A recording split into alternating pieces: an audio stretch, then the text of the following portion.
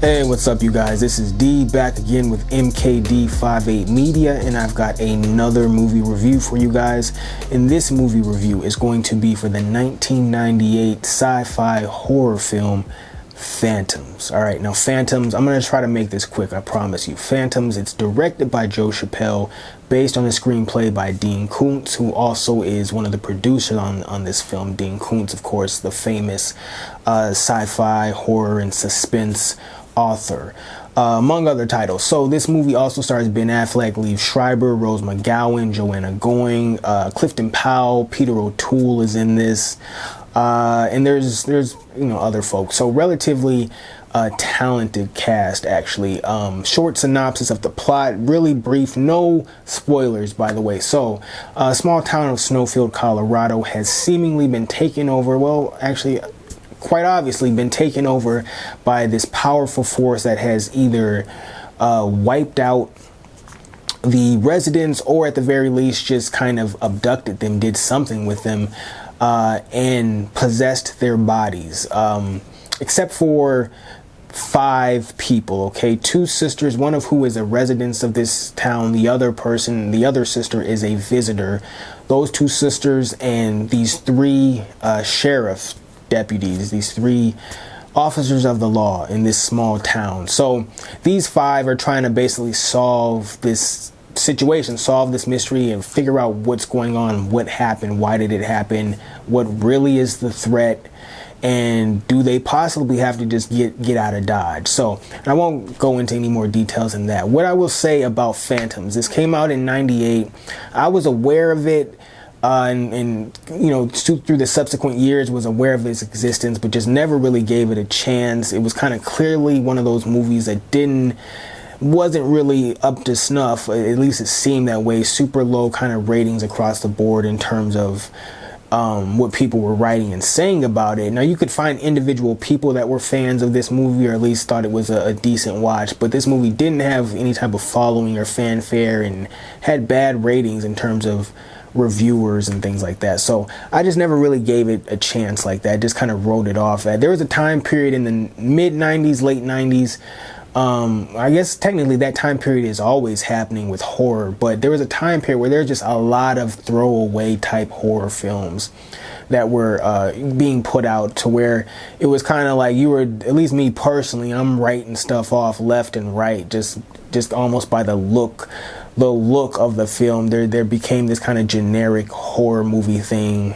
slasher type thing, that was going on at a certain period, like think The Relic, and then like Mimic, and what else could you throw in there? Just all types of just movies that were just kind of just coming out. So I kind of threw this in that bunch, but finally decided to give it a watch last night for the very first time. And so the main positive about this movie, early on in the movie, first off, the first half is better than the second half. The first half, there's a level of intrigue, because no matter what, a ghost town is always eerie. There's always something eerie, spooky about a ghost town. There's a level of mystery there. There's a level of intrigue there, because you want to find out, or maybe you don't want to find out, but because of that fear about finding out, that makes you really want to find out. So you'll want to find out what happened to the residents, where did everybody go. You kind of want to solve the mystery. There's something to it, like characters entering a ghost town. A game of Clue, a weird type of game of Clue, kind of starts once that happens. There's a weird mystery game to it, to encountering a ghost town, in movies at very least. So automatically, the first half of the movie does have a good level of intrigue. I was into it. There was some goofy dialogue delivery at certain points between Rose McGowan's character and Joanna Going's character, but I was able to get past that, because I never really encountered that super obvious dialogue goofiness again, at least not to a point where it kind of made me pause and cringe the way this dialogue stuff that happens early on in the film initially made me cringe at how bad it was. But so that atmosphere in the first portion of the movie, and through a good portion of the movie, I appreciated, and I enjoyed. What else? This movie has very heavy Lovecraft cosmic horror type energy to it. So my three comparison films for this movie, and rest assured this movie is not on the level of these first two I'm about to name, but it might be in the range of the third one I'll end up naming. But this movie compares to The Thing, Alien, and Color Out of Space. Okay, that Nicolas Cage movie, kind of Lovecraftian movie he did, I think back in 2018, 2016, somewhere in there. It compares to those three films. Now, obviously, it's not anywhere in the same league as The Thing or Alien, but you might be able to compare it to Color Out of Space. It's been a minute since I saw Color Out of Space. I did do a review on it on this channel, and that review, when I watched the film, that was my last time watching the movie, first and only time watching the movie. Haven't watched it since, so I can't really, I'm a little hazy on certain details, so I can't say for sure whether Color Out of Space is better. But anyways, those three movies have very heavy cosmic horror and Lovecraftian themes to them.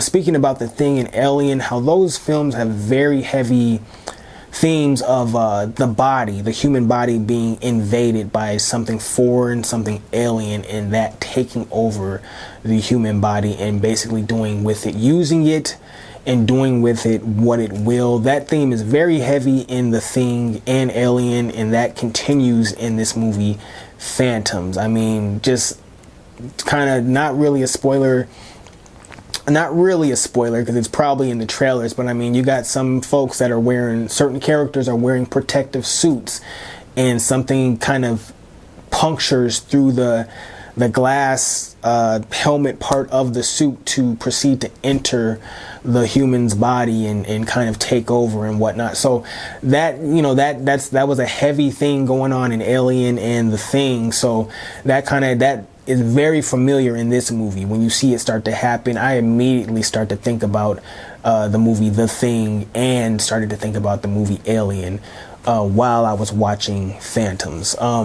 So my score for this movie, I'm not going to go any further into kind of details about anything with this film. My actual score for this movie, I'm going to go 6 out of 10 for Phantoms.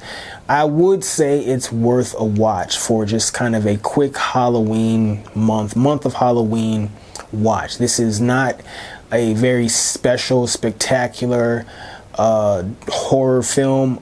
It's not going to, you know, I recommend it because it's just something to add to the horror watching festivities, but it's not going to become like a classic. It's not a classic, anything like that. It's not going to blow you away, especially if you've already seen, as I said, things like The Thing and Alien and just all kinds of other type of movies. This is not going to really present any new ideas or even new scenarios, new visuals. It's not going to present anything really new to you, and in fact, things like the writing and stuff like that are actually going to be worse than those movies that I just mentioned. So, but I mean, you're going to be watching a lot of horror movies. If you put this in and you're a fan of horror, if you put this in, have some popcorn and something to drink, whatever, this could still entertain you for 96 minutes. It's it's not a horrible thing. It just kind of, if you're a movie snob, you might not like, you know, you're not going to want to watch this. If you're like a snobby horror fan where you can't even get into a kind of bad horror movie,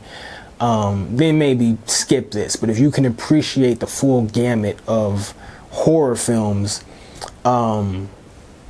check this out maybe. Okay, so 6 out of 10 for what's this movie called? For 6 out of 10 for Phantoms.